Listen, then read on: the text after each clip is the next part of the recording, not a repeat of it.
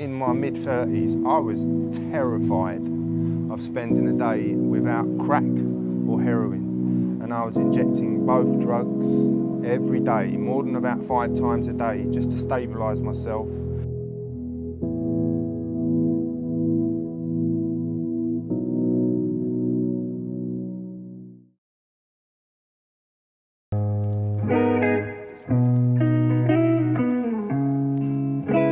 So my name's Daniel.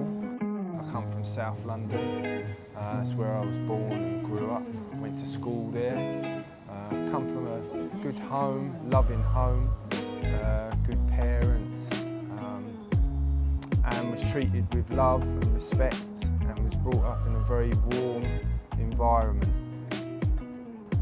My situation took a turn for the worse when I was 11 years old, and myself and a friend of mine found his brother's stash, and we started experimenting, smoking cannabis, and you get into the age of about 12, 13, where I was then truanting all the time and just spending as much time with the older lads in the parks, and we would all smoke at that point quite large amounts of cannabis, and other recreational drugs came into it as well. I was at some points taking hallucinogenic drugs in the classroom. All the teachers told me at that point, they'd say to me, Daniel, you know, you're clearly not able to cope with these sort of lessons, so if you just sit in the back of the class, that's good for us.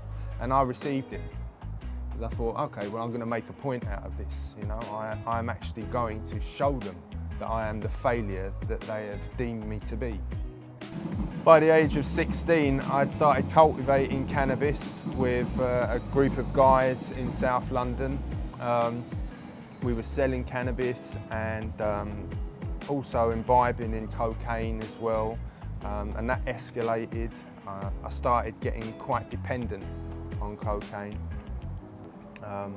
From there, to deal with my paranoia, a friend of mine approached me and said, you know, Daniel, if you want to avoid that feeling, that paranoia feeling, there's something that I do that might help you with that. And I knew what it was, because there was a big campaign at the time called Just Say No. Well, the problem with that campaign for me was that I was very curious about the unknown. I wanted to know what this was, and I was very curious. So as soon as I see him smoking heroin, I said, let me try that. By the age of 18, I developed a full-blown heroin addiction, and was in serious trouble.